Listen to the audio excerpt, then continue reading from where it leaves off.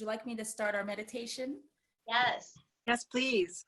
So we are part of a collective called Las Musas. And in our collective, we have been doing webinars to address craft and to address different issues in publishing. And one of the things that we've been starting to do is to do meditations.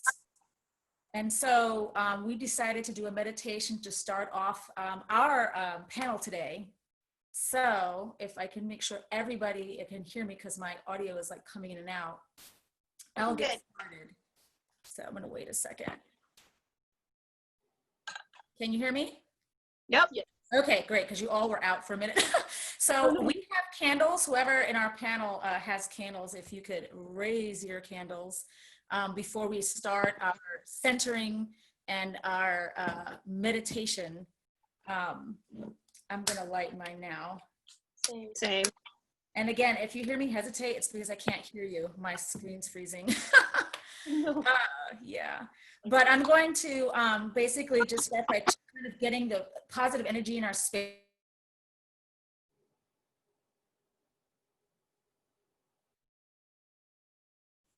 Uh-oh.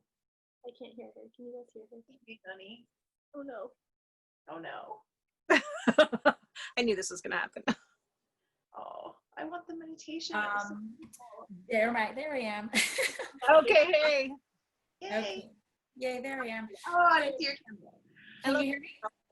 Oh, I love your rainbow candle. Yay, I wish I could see you. It's so stressful. Okay, so this candle is lit in collective meditation, and it is lit in collective energy. And what we are doing is creating a starlit path for every LGBTQI+ child on their journey of being, becoming, metamorphosis, and blossoming. And that includes all of us who discovered our queer identities much later, who are sort of going back as if we were children and figuring out who we are. For those persons who are at the beginning of discovery, you deserve safety and security in your discovery. You deserve anticipation and exhilaration at every milestone, privacy and celebration on your own terms. This candle is lit to create a ring of fire, a blazing community of protection, a halo of blessings as you grow, experiment, plan, and dream. Today, we're celebrating queer joy in all its manifestations. Queer fierceness as exemplified in Black trans activist Marsha P. Johnson and Latinx trans activist Sylvia Rivera, both mothers of the movement for LGBTQIA+ rights. Thank you for throwing those bricks to build the foundation of change.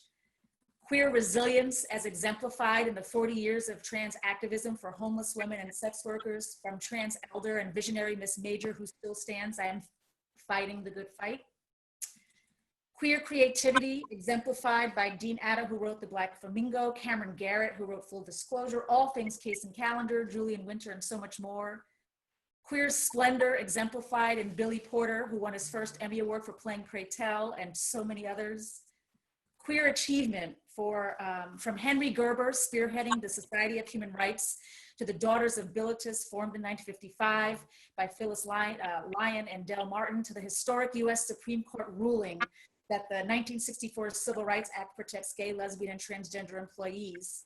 So we light this candle knowing we have to keep the fire burning. That was beautiful, honey. My God.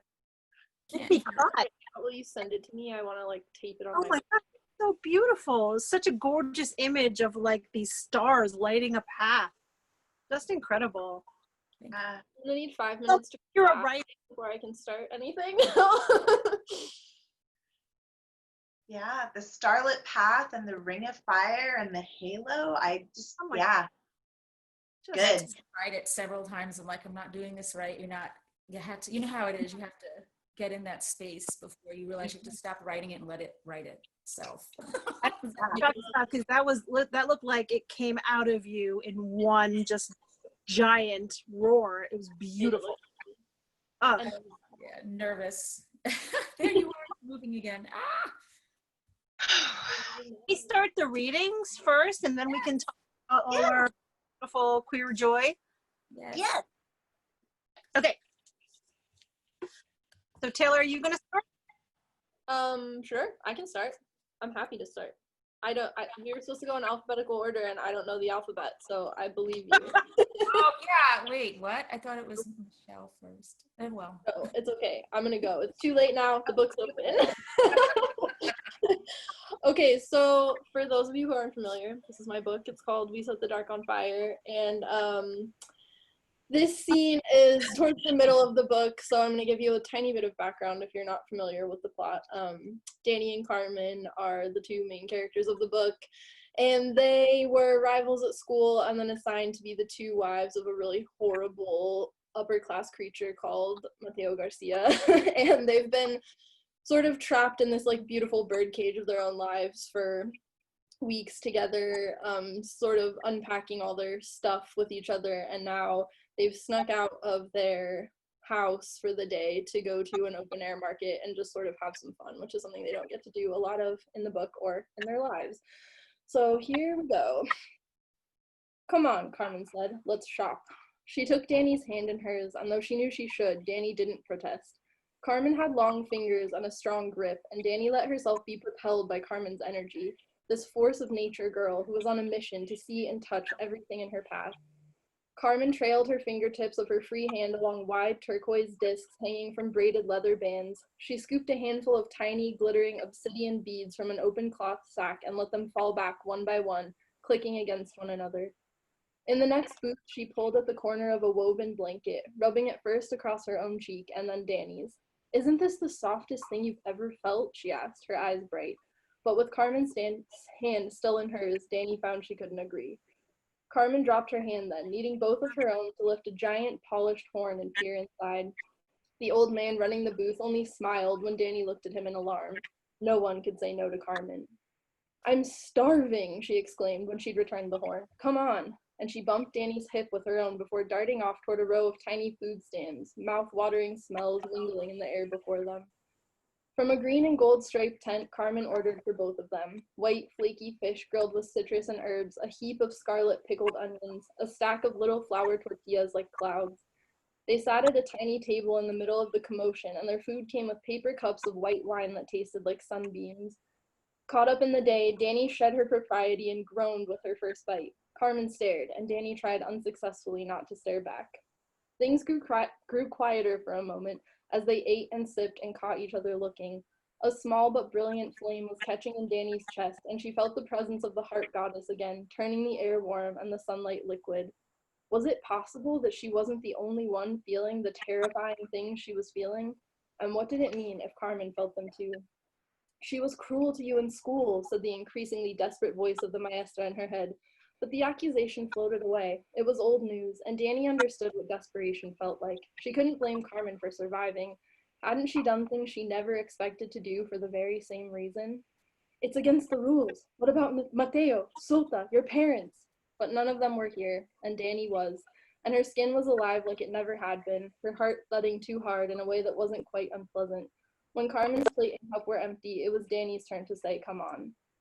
She walked away from the crowd, ignoring a knot of people gathering for some midday attraction nearby. She sensed, rather than saw, that Carmen had stayed close. They followed a winding walking trail until they could hear the chattering of a creek, fed by the freshwater spring that kept this part of the island green, so different from the salt-bleached landscape where Danny had cut her teeth. Where was her boldness coming from, Danny wondered as she left the trail, pushing into the trees until she could see the plate-sized pools with their glinting silver fish. She stopped. Carmen stopped. There were gods everywhere here, and Danny knew without a doubt that whether or not her feelings were lawful, they weren't wrong. Nothing that felt like this could be. She was working up the courage to turn and face Carmen when she felt a soft hand on her wrist, the pressure fainter than before. It gave her the bravery she needed. The enthusiasm Carmen had seemed to buzz with all day wasn't gone, but it was quieter somehow, softer. She didn't let go of Danny, just slid her hand down until their fingers tingled between them. Danny, Carmen said, and the way she said it made Danny sure. Yes, she answered in a whisper. Carmen's answering smile could have rivaled the moon goddess that blessed her for brilliance. Danny stepped closer, her flat shoes whispering through the vines at their feet until there was less than an inch between them. The silk of Carmen's dress brushed her bare knee and she shivered. Cold? Carmen asked, her breath against Danny's face. She could only shake her head in response. Is this okay? Her nose grazed Danny's, her lips not far behind. Yes, Danny said again, breath sending strands of Carmen's hair dancing. How about this, she asked, sliding her thumb along Danny's cheekbone. Danny nodded and closed her eyes against the feeling, but there were things she wanted to feel too. Hesitantly, she lifted the hand that wasn't holding Carmen's and slid it into her hair. Okay, she asked, and Carmen sighed a contented sigh. Yes. Danny thought of the day she'd found Carmen in the bushes, untangling the twig from the back of her curls as Armanito the caterpillar crawled across their palms. She thought Carmen's hair seemed alive that day, but she hadn't known anything then. Carmen's hair had a pulse, a weight, a magic to it that made Danny feel like her bloodstream was full of tiny bubbles. Carmen had traced Danny's cheekbone and was now running a hand down her neck, leaving goosebumps in the wake of her fingers. Their eyes locked, their breathing synced as they took each other in, unhurried for the first time. Okay, they asked together, then laughed. Carmen sighed. Danny brushed her hair off her forehead. Their noses bumped, corrected, and passed like ships in a channel, making just enough room. Danny's heartbeat was like gunfire, she thought through a dreamy haze, but when Carmen screamed and dropped to the ground, she realized it hadn't been her heart at all. It had been actual gunfire. Ooh, on a cliffhanger. Yes, that's kind of my style.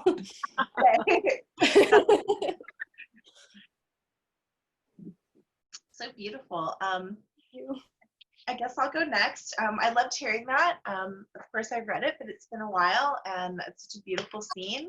Also, I will say this. I feel like Tehlor's descriptions of food never fail to make me like desperate to eat whatever she's writing about. That was, yeah, it was really beautiful.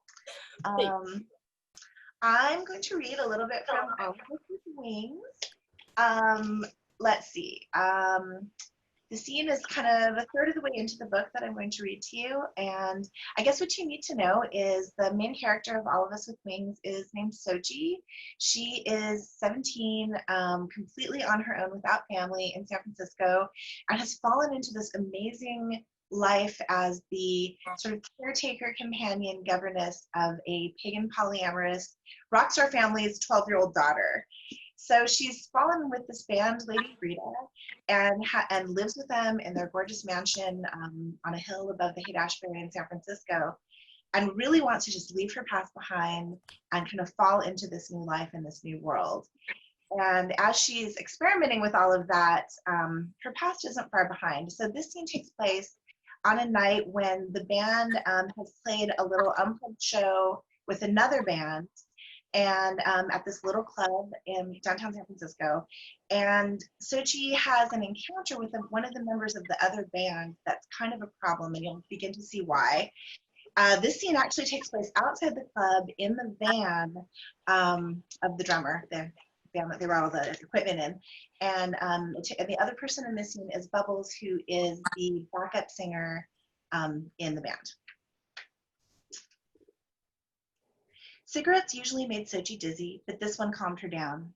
She accepted the bottle from Bubbles and took a small sip, then a big gulp. Too sweet, but the burn was good. Just to be clear, Sochi rolled down the window so she could ash. Are we still talking about Dylan's penis? It was the icebreaker. Bubbles took the bottle back and screwed the cap on tight. We're here to talk about our feelings, sweetie. Okay, Sochi said. I think I get it. What happened was weird, so we're doing this instead of you breaking my face? Right, which is easier said than done, but it's the only way. So, Bubbles was not going to make this easy. So she took a drag from her cigarette. She touched the whiskey bottle on the dash, peeling at its label, and started again. So, Bubbles, how did you feel when you walked into the dressing room and found me making out with your ex-boyfriend? Sochi's stomach twisted as she said it. Good girl, now you're owning it. Bubbles grabbed the bottle, unscrewed the lid, took a long drink. I'm closing this now, she said, managing it after the third try. To answer your excellent question, I was jealous. I don't want to be jealous, not about Dylan. The guy's a joke. I know that, at least my brain does. So that I felt stupid. Because when you think about it, it's kind of awesome. I mean, Dylan is a great beginner boy toy, so on that level, he's perfect for you. Because Sochi, I really, really think you need to get laid. They both laughed. Bubbles snorted. I really do, Sochi said, but not Dylan. He doesn't deserve either of us. We got to drink to that. Just one more. They drank. A bus jolted past. Rain fell softly on the windshield. A couple walked by, holding hands. Sochi? Bubbles' voice was suddenly serious. You know I've slept with Leviticus, right? Sochi's ears filled with static. Bubbles' voice was so gentle, her eyes so kind. Sochi wanted to rewind, to unhear her words, make her unsay them, but there was no going back. I'm so sorry, sweetie, Bubbles said. She scooted to the edge of the driver's seat and straddled the gear shift, pushing in next to Sochi in the passenger seat. She leaned her head on Sochi's shoulder. Of course you're smitten, Bubbles said. Who wouldn't be? Are you? With Lev? Oh, sweetie, no, not now. We don't have that spark. I wish we did. He really is a prince, not like the guys I usually fall for. I feel like an idiot. I don't know why I'm so freaked out. Because it's confusing, that's why. It's impossible to know who's got history with who. Beyond Palace's evidence of Io and Leviticus' past, it's anybody's guess. I remember what it was like when I first moved in. I'm so sorry for springing it on you like this. I just didn't want you to find out some other way and feel like I was keeping secrets. Thanks, Sochi said. I'm sorry. I know this is stupid. I don't mean to be such a cliche. Don't do that to yourself. It's not just you. I saw Lev out there. You made him mess up a few times. Kylan was pissed. But you guys are star-crossed for sure. Leviticus has a thing about age, a strict policy. I barely made it through myself. Sochi nodded. He had been looking at her during the show, and policy or not, if Andy hadn't come out earlier, what would have happened? Can I bum another cigarette? Sochi was enjoying smoking like never before. In a minute. Bubbles shoved Sochi over with her hip. Scoot, I'm falling off. Sochi scooted until the door handle dug into her side. Bubbles took her hand. Are we okay? Bubbles looked soft-focused in the yellow streetlight, her hair the palest apricot, her skin a finer satin than her coat. Sochi leaned in and kissed her. It was a long kiss, a little world. Bubbles tasted like whiskey and smelled divine. Earlier with Dylan, Sochi hadn't noticed her new piercing. Now the skin around it was sensitive, and each movement of Bubbles' tongue produced a ticklish little sting. In accord, they stopped and laughed. Now we can smoke, Bubbles said. She grabbed the back of the driver's seat for balance as she bounced back over the gear shift. She lit 2 cigarettes at once, handing one to Sochi. They smoked in peace, listening to the rain on the bus's roof. Even beside the H thing, Sochi said, there's Palace. Ugh, Bubbles shivered. You're right. I didn't think of that, but I should have. She pursed her lips and sent a smoke ring out the window to meet the rain. Bubbles? Sochi asked. Is it rude that I kissed you? Not at all, Bubbles said. It was lovely. There you go. That was beautiful. Thank you. Love revisiting those characters. That's like the best part of today. I love that scene, and I love Bubbles. Bubbles isn't like the first one I think of when I think back to the book, but now that I'm remembering, she's like one of my favorites. I just want to be friends with her. I want her to make me a makeover. Very good stuff. I agree. Noni, do you want to go? Yeah, I'm sorry. I'm having the screwiest time with connection. So I feel like very trippy and disoriented as if I were in that scene, and I'm just Just Michelle. yes, like I was very immersed, but now I feel like I'm out of body right now. Yeah, I would love to get my reading done. I mean, to read. So listening is the true pleasure of this panel. So my book is very heavy, but so I'll get into that first, where my book is called The Truth Is, and my character Verdad has survived some heavy stuff. She is coming in to school on the cusp of the year anniversary of losing her friend at a shooting where a white supremacist shot at her friends at a movie theater. And so she's starting off with whatever the new normal is supposed to mean, coming into school, as a lot of our kids do, where we have absolutely no idea what they're feeling and what they've gone through. And so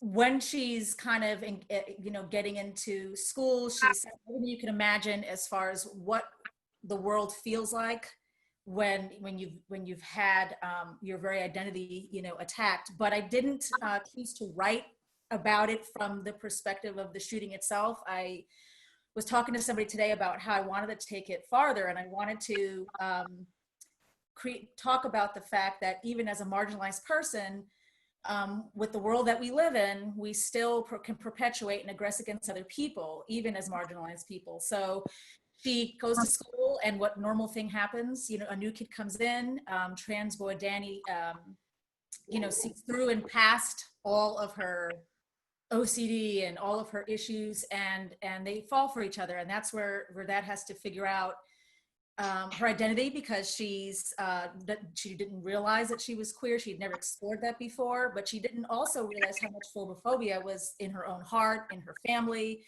So anyway, this is kind of how it starts, but I think even as I write heavy, I always know the place of humor in that and joy in that. There's nothing that I haven't written that doesn't have shenanigans and antics, and so that's what I chose today. So in this particular scene that I'm going to read, Verdad has been kicked out of her house by her mom, and she's found refuge at her estranged dad's house. And so Verdad decides when her dad goes out to a church meeting to bring all of her friends who are homeless to her house to take showers and make dinner, and to and to be children, and to you know, engage in all the things that we sometimes forget with our kids who are marginalized, just being free and playful and fun and being silly. And so in this section that I chose, the cast of characters, you have Verdad, you have Danny, who's Verdad's love interest, you have Verdad's friends, Prisha, Jane, and Baldwin. Danny is the trans boy, Jane is a trans girl, Baldwin is non-binary, Sarah is cisgender, but lesbian, Prisha is cisgender but bi, just to give you an idea of who is running amok in this household right now. And so I shall begin. And this is from Verdad's voice. I make sure to lock my little sister's room so it's off limits. Text my dad that I'll be having a few girlfriends over and lock the door. Sup, underdogs. They are all barefoot, this time on purpose. Prisha, crouched on the porch, straightening a row of sorry-looking shoes, stands up and smiles. Our carnation is pinned to her billowy teal blouse. Prisha hands me flowers, for you, as a thank you. I hold the slightly crispy, brown-edged petunias. They are for, the card reads, for Henry, may he always be remembered. Baldwin snatches the plastic card holder out of a bouquet that clearly came from the cemetery. Jane points at my t-shirt and jeans. That outfit looks better every time you wear it, honey. She and her enormous feet stomp into the house like a T-Rex. Yours too. No one could work overalls better than you. I rewashed the clothes I last wore the night my mother threw me out. I don't expect my stepmother to buy me new clothes. My dad hasn't had time to offer yet, and I sure as hell wouldn't want to borrow anything from my sister Veronica. Oh, Jane winces as she scopes out the area. It's so better homes and gardens in this house. Baldwin, who appears to be wearing an octogenarian's glasses, consoles Jane and rubs her back. Breathe, honey. To me, Jane is a bear. We love the bear, but she will break all your shit. The harder she tries to be careful, the more she breaks. I'm in that genre too, I answer. It's all good. Coming into the kitchen. I've laid out some ingredients on the island. I thought I'd play head chef and you all could be sous chefs, and Danny could be Rachel Ray. Jane claps and faces Baldwin. There's an island in our kitchen. Hold my hand. Danny holds my hand. Each of my fingers feels like a note being perfectly played. I am a charmed snake and I want to wrap around Danny's whole body. I smile like an idiot. We move slowly into the room like we are kids crossing a street. Danny walking forward, me backwards, our fingers intertwined. Oh God, it's a refrigerator. Baldwin releases Jane and flings open the fridge door. And look, there are eggs in the egg compartment. There are fruits and veggies in the fruit and veggie drawers. Holy Jesus, there are Rice Krispie treats in here, homemade. Please tell me there's Kool-Aid. Yes. Don't be rude, Prisha scolds, tugging on Baldwin's ear. You didn't even offer the food we brought. Where is it? Baldwin stands up like a guilty dog and closes the fridge. Pulls a banana out of their pocket. Here? Sarah face palms in disgust. Really? Prisha folds her arm and frowns. I'm sorry, I did get the pork buns, but I fill in the blanks. Baldwin ate the buns. You know what? I reach out for the banner. It's warm, bruised, and squishy. This is, we could bust out laughing. No, we can't. It's disgusting. I grab it and toss it at Jane, who screams as she catches it and tosses it to Baldwin. We are in circle formation playing hot potato with the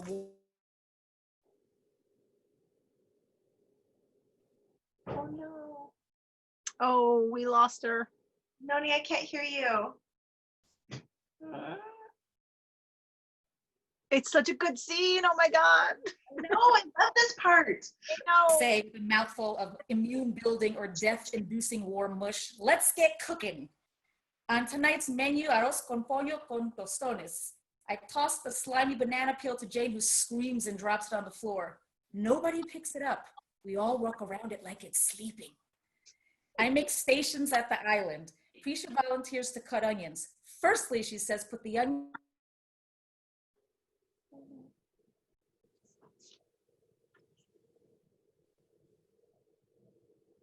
Oh no. Noni, come back. Maybe if we light our candles again, she'll come back. Okay. Mine is Sarah asked around the kitchen like a puppy just freed from the kennel. I'm so excited. Cooking in my house was using a can opener. Come and I'll show you how to mince the herbs, Prisha sings. Oh, I miss the smell of fresh cilantro. Jane is sniffing the bottles of oregano, garlic, salt, the cumin for the rice like they're cocaine, until she gets too much up her nose and starts sneezing like a cartoon. She knocks over an entire collection of ceramic angels, Pascal of Babylon and his holy ladle separated. Contain, I holler at Baldwin, contain. Baldwin, all 90 pounds of them, tackles Jane, which causes Jane to sneeze and laugh hysterically. Jane, I almost feel like I've had an orgasm. the best part. Oh, okay, we lost you. I know. Come on, Noni, come back. Come back. It's like it stops at the best parts. I know, really. That's homophobic. And she, Reserve only comes from knowing you're probably screwed. Okay, enough. Baldwin leaps up, further splashing water every freaking where. We've got to get organized. They clap. Jane, you are DJ. Sit down here. Baldwin places Jane on not one, but two of the still upright chairs. Don't move. I'm on cleanup. Danny rummage for paper plates, plastic forks for the safety of everyone. Plastic. They look at Jane playing on my phone. And whatever baking items you can find for Dad, cook. I'm hungry, damn it. Order is as restored as it's gonna get. I join Prisha and Sarah in chopping red and green bell peppers for the chicken. I make a mixture of garlic powder, earthy cumin, black pepper, yum, and fiery cayenne pepper in a Ziploc. After stabbing the chicken, I toss it in the bag to absorb the delicious freakiness. Danny has made room beneath the cupboards for what looks like will be some kind of fancy custard. I absorb the sifting, the chopping, the talking, the fragrances that make a kitchen a sacred space. oh my, Good. so amazing. Noni, you are just hilarious and you write with such joy and color. It's amazing. Noni, I have to tell you that I was once a homeless 18-year-old who had a friend with a dad who worked for the IRS, and he had the house, like the one where you're like, oh, there's a refrigerator and it's crazy. And this girl would have everyone over, and like the craziest part is there's a basement, and apparently the IRS had seized a winery from someone, and they made like wine with an IRS label, like they kept it as a running winery, and we went down there and stole all this IRS wine from this girl's house. But this scene like resonated so much with me, like that was deeply authentic. I loved it.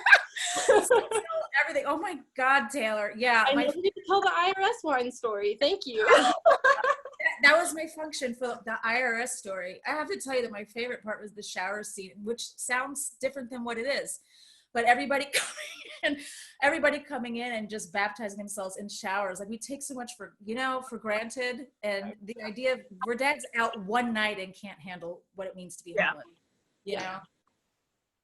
Alex. No, it was beautiful. I was going to say that there's that, you write about really tough topics and heavy topics, but there's such humor and lightness, and Verdad's voice to me is so wonderful, like laugh out loud smile even through these really tough things. So I just love everything about it. Okay. Okay, so this is my book. It's The Grief Keeper, and it is about two sisters from El Salvador who leave their country because they're being persecuted. They are in fear of their lives. They come to the U.S. and they are detained by ICE. And long story short, they are given a choice. The older sister, Marisol, is given a choice if she participates in a clinical trial for a device, a cuff that's on your leg that transfers grief from one person to another, then she and her sister Gabby have a chance of staying in the United States. So Marisol agrees to do this and eventually meets the person whose grief she is taking, 17-year-old Ray, who recently lost her twin brother Riley in a horrible accident, and Ray is really suffering from PTSD. She has suicidal ideation. So Ray's family is hoping that Marisol, through this clinical trial, can absorb that grief and take it off of Ray and take it onto herself. So the two girls are locked into this relationship sort of initially, and as happens slowly, they begin to fall in love. So I'm going to read a little bit from a later chapter where some of that queer joy we were talking about is coming out. And this is immediately after they both decide to take the cuff off and no longer participate, but they haven't told Ray's parents or anyone else. So they sort of take off the cuff and sort of sneak out on to their first date, which takes place, Ray lives near Richmond, Virginia, and it's a place called Belle Island. So this takes place, the scene I'm gonna read to you starts where Ray is taking Marisol to a ruin that exists in this park. Here it is, Ray says, stopping in front of a brick wall the color of red clay and gray dust. What is it? Well, it used to be a factory to make buttons. No, that's not right. I should text Dave. Is Dave your best friend? I ask. No, he's a good friend though. Was he your boyfriend? I follow Ray as she walks through the arched opening to the ruined building. On the other side, most of the building is missing, crumbling into the parts of nature surrounding it. Wooden boards rot into dirt. I wonder what the blocks of stone, the old pieces of rusted iron were used for. In junior high for like a week, he bought me a book on growing mushrooms. That was the kind of the end of romance with him. So you like boys? I'm careful not to look at her when I say. Not really. I went out with Dave because he asked me. It seemed like the thing I should do, you know? It was 7th grade and suddenly everybody was pairing up like the freaking Ark. Dave asked and asked and asked, and I couldn't think of a reason to say no. So I said yes. Beside the mushroom book, I knew pretty quickly that boys were not for me. I don't speak. Does that seem weird to you? You've only dated girls? It takes me longer than I like to find my words. One girl. Ray stops on the small hill we're climbing behind the ruined building. You've only ever dated one girl? My face feels like it's on fire. Before you at home, a girl. I liked girls on TV before, not real girls, girls on TV. A horrified look comes across Ray's face before melting into a grin. You liked Amber, she almost screams. Shh, you did. You had a crush on Amber from Cedar freaking Hollow. I keep walking up the hill. How do you know I didn't like Amy? Ray catches up to me. Because Amber's the hot one, no question. They are both very pretty. She rolls her eyes at me. Come on, Amber is the one who's always conveniently wearing short shorts and forgetting her sweater. She is the one who goes skinny dipping while Amy fumes about it in the car. She shakes her head, her smile even wider. Of course you liked Amber. Did you like Amber? I ask. Her grin turns fierce and it ignites me. Like a beast. Oh man, the times I'd slow-mo those DVDs, it's not for polite conversation. I brush hard as we laugh together. At the top of the hill, we can see the water and the gray-black rocks. The ruins are on the main part of the island. Why don't you say the S in island? I ask Ray. It's not just me, everybody skips the S. I smack her lightly on the shoulder. I know that, I just mean, why not? I don't know, I don't question words. Probably because I only know one language. You're always comparing and contrasting how things work. I just talk. Beyond the beach of rocks, I can see the bridge we walked across. It's farther than I realized. We must have walked a long way. On the other side is a cemetery with pretty white stones and tall trees. Ray points to it. That's why I keep wanting to text Dave. He's got illustrious dead buried there. Old Southern family full of pompous asses. You're lucky to have good friends, I say. Fuck yeah, I am. And I kept them away for too long. They hurt too much. Their faces reminded me of Riley. If it wasn't for you, I wouldn't be able to see them again. Is that why you like my face? Because it doesn't remind you of Riley? I don't know where I find the nerve to say it. I like your face because it's attached to the rest of you. My face gets hot again, like I have a fever that comes in waves. And anyway, I don't think anything could keep me from thinking of Riley for long. Even while we wore the cuffs, I think he was trying to break through, What do you mean? She blows out her breath. I don't know. I felt better, lighter, and that was amazing. But I knew the grief was out there, that Riley was out there. I sound sketchy as fuck, I know, but I felt like Riley was a ghost I had to reckon with, sooner or later. She looks at me as if I won't understand, but I understand her too well. Do you ever think of your brother? I give one quick shake of my head. I don't want to think of him. Too painful? Yes. And if you think of the girl who you liked, is that better? Worse. Ray steps closer to me, placing her long fingers along my cheek. And if you think of me, is that better? Her face is so close. If I moved my head up only a little, I could touch her lips with mine. She doesn't smell like Liliana, not at all. Ray smells like hot rocks and sweat and sweet like pan dulce. It's better, I say. My heart is painful in my chest, dreading the moment Ray will pull away and laugh. The memory of Liliana's laughter makes me step back, but Ray is faster than I am. Her lips are on mine before I move. I have never kissed a girl, not really. I've thought about it and thought about it.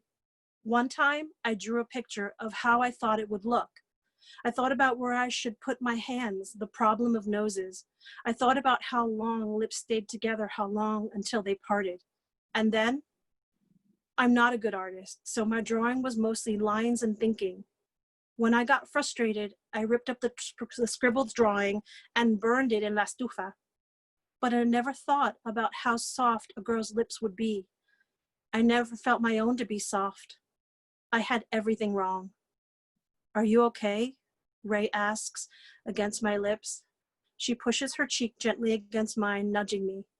I noticed for the first time the tiny blonde hairs across her cheek. I think about her pale pink cheek against my brown one. Café y crema. I smile, and that is my answer. Alex! Oh, the cuteness! So beautiful! I'm dying! All the queer cuteness. So history and romance and everything. There's thousands of things in your book. So I mean, and that's one of the things that we wanted to talk about a little bit, how it's not, when we write difficult things, and all of our books have difficult things and difficult feelings, but we always want to be sure to include that joy and wonder and these moments of lightness and found family, and because those things are important. You have to have the light with the dark. And I think that's why it's so important to let us write our own stories, because I think a lot of times when I read stuff that's written about us by people who aren't us, it's like they assume that it must be all consuming all the time. All you must think about is how the world hates you for being queer, or how the world hates you for being Latinx, or whatever the thing is that they hate you for. But even in Noni's passage, it's even if you're homeless and like kicked out of your house and everything is terrible, like you're gonna find joy places, you know? And like that's why it's so powerful, I think, to like hear all of you write stories that you can like identify with, is like we know that there's a mix of both always, and sometimes when it comes from the outside people don't know that. Well, I think that they're not going to understand the resilience. How can you understand the resilience when you don't come from that root experience to begin with? You know, like I think that's what we often find missing from, just like you're saying, Tehlor, from persons who are not writing own voices. They can understand the overcoming part or the resilience that's involved, you know, in so many of these stories. I mean, we were talking, Michelle, about your opening before we started. Alex and I were talking a little bit. She starts off resilient. She's already overcome, you know, Xochitl's so many things on page 1, you know? So. Yeah. I mean, I think, you know, resiliency, and also just the idea that, you know, family and joy can, like when, for instance, when I think about some of the most joyous moments of my life when I was young, what I see now is I see like how unsafe I might have been, or how sort of precarious it all was. But in that moment, I was alive and joyful, and those joyful moments sort of make this chain that links me to the next strong moment, and the next and the next. So even if one of those moments is like terrifying to grown-up me, or, you know, complicated, you know, beyond, you know, measure, it still adds, the joy adds up, you know. Our joys really add up, and they add up to, you know, a place where like now I can be joyful and also very secure, for the most part. But also too, you know, to really get the big joy, you do have to take risks. And I really love that all of our stories talk about, you know, the benefits of those risks, you know, because we hear about all of the, you know, all of the sort of problems with them, but there are benefits to them. And I look at all of us now, you know, trying to write the things that are important to us and to live out our dreams, and we are taking risks every day, you know, that we learned to take maybe from those precarious times before. So I sort of love that continuum. Yeah, I think you're like a breathlessness to joy that is really like that. Not it should be, but it is often somewhat terrifying, and you're going to make a connection or take a leap or invite something that maybe is, you know, dangerous, if not really dangerous, but then even to your peace of mind. So that moment of like, you know, is the nanosecond before joy, and that's just lovely to write about, and it's so real. Yeah. And the contrast too, like when there's so much going on that's dangerous or scary or difficult, like I feel like the joy sort of shines even brighter, like because it feels almost like stolen. It's like we better really appreciate these joyful moments because they're not going to be all the time, but that like makes them so much more meaningful, I think. That's true. Not that we don't deserve uncomplicated joy too, because that would be nice. Right. But I'm thinking of revolution with you because Tehlor, like your book is just like this gorgeous revolution going on, but like all the books have revolution because it starts off with an individual act of love. It starts off with a kiss. It starts off with defiance. You know, like we all would look at our characters, maybe say as adults, stop, don't, you know, do that. But we're not writing that's the whole thing, is we're not writing this really for us, as much as we do have readers who are reclaiming or revisiting. It really is a different vein to write YA and to think about where to create that sense of authenticity. I mean, there's a sense of, like Alex said, breathlessness, and there's a sense of they're going to get hurt. They're going to step off of that cliff sometimes, you know, but that if they don't, well, then where's the next big leap into whatever they're going to be, you know? Yeah. I wonder if there's questions for us. I noticed the time. Gosh, how did that happen? There's a question. To read it. It says, how do you balance the pain and joy in your stories so that it doesn't lean too far into trauma porn? It's in quotes in there. Do you plan it ahead, outline, or just hope it organically happens? I think part of it is what Tehlor was saying about the difference that it makes when they are our own experiences, because that certainly helps, I think. But I also try, I'm not a plotter. You know that, you guys. But I think you know me. But there's definitely some times where I really feel like there is, you know, in the revision where you're like, I need a balance. I need more lightness here. I need more joy here. But I think that we have talked about this before too, especially from a Latinx experience. We are, you know, even when there are our own stories, we are so concerned with getting it right. We are going to be harder on ourselves than any other person would be trying to, you know, get all the authenticity reads or whatever. We are calling in ourselves all the time because it is so important for, you know, the version of ourselves, like NoNie said, you know, when we're other versions of ourselves, when we were questioning or thinking about our different identities. So I think that that's part of it. I think that that sort of like care is kind of one of the things that helps hopefully make it better. I agree so much. I feel like I think of it like, especially when you're writing intersectionally, as we all do, it's like the spectrum, right? Like if you're queer, you have like on this side you have homophobia and hate and potentially people who aren't going to understand and who are going to reject you, and then on the other side you have falling in love, which is like arguably one of the best things in the world.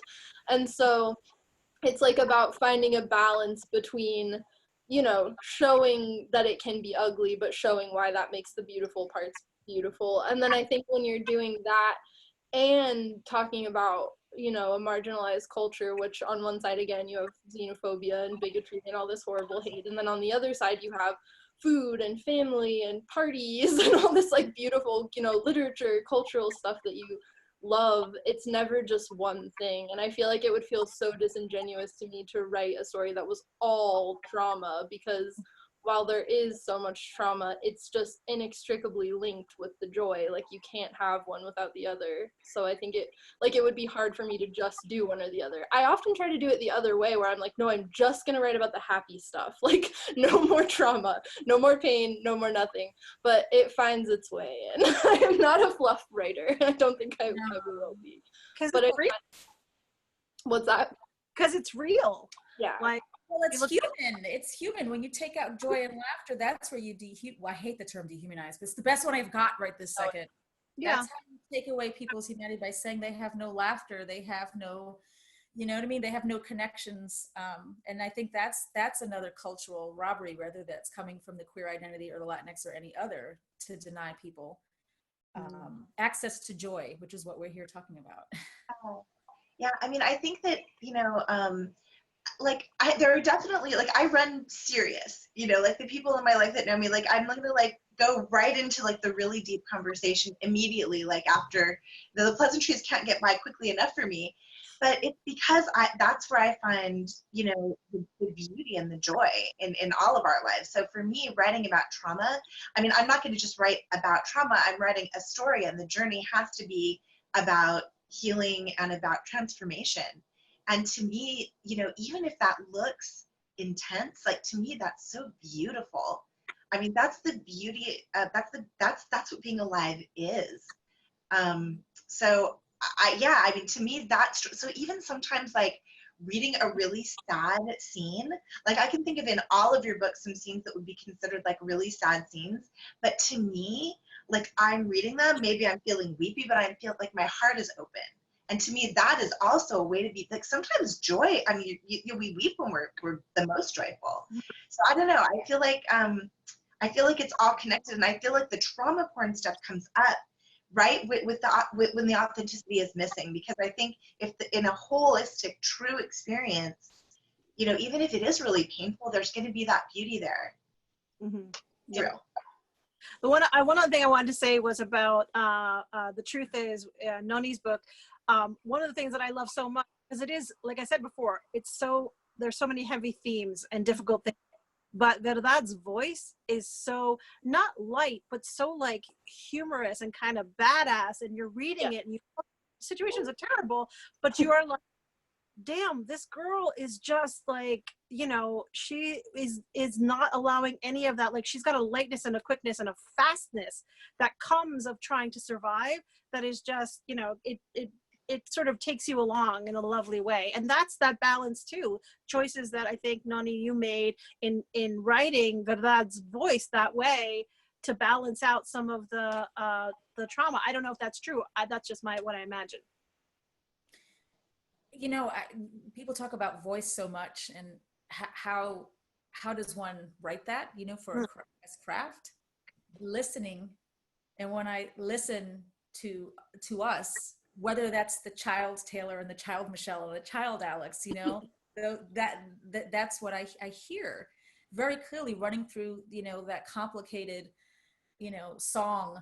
When I pick out the notes, you know, you can't have that song, that story without all of those parts. And exactly as you're saying, what makes that beautiful music is all of it, you know? And so it's all of you. It's listening to your community. So if anyone's listening and trying to craft, sometimes writing is writing, and sometimes it's not writing. It's listening to the people around you that you know are telling the most beautiful stories before you can come up with your own, you know. So that's how I would answer that. Listening to all of you. Do we want to answer one more? We have one more question. Yeah. Sure. Okay. How important? Oh, you're frozen, Taylor. We lost you. Frozen up. I'll read it for you guys. How important do you find it to broadcast your identities to help your audience not only discover you, but feel safe in your hands as an own voices author? And then a follow-up to that is I'm also thinking about the different ways authors have to talk about themselves too, between the bio, the book jacket, the interviews, etc. Oh my gosh. That is such a good question. That is such a good question, actually. It was really interesting for me to have to sort of package my identity in that way. And in some ways it was really beautiful because it gave me a space to talk about identity that I didn't always have. So I loved being able, it allowed me to sort of more publicly claim my identity. I mean, I think I was raised in the area of like multiculturalism where it was almost like rude to talk about your identity because it would make like white people uncomfortable. So you're supposed to just like let that be. Melting pot, right? We're all Yeah. supposed to melt together. Yeah, and it was like rude to mention it even, you know? So in that way, it was really lovely to be like, oh, I'm in this different space where I get to just like say who I am and be who I am. And also, I felt it was really interesting talking about queerness publicly because, you know, I identify as bi and have in my personal life, you know, been in a relationship with a man for a really, really long time.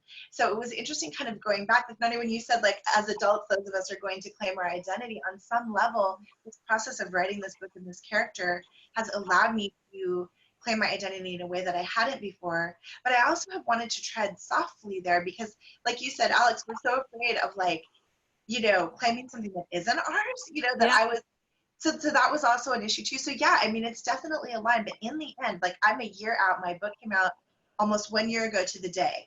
And I can say that I feel like for me personally, I'm much stronger and more clear in my identity now, but it was rocky in some of the places, very rocky, some months and weeks post-publication where I was like really exposed. So it was a great question.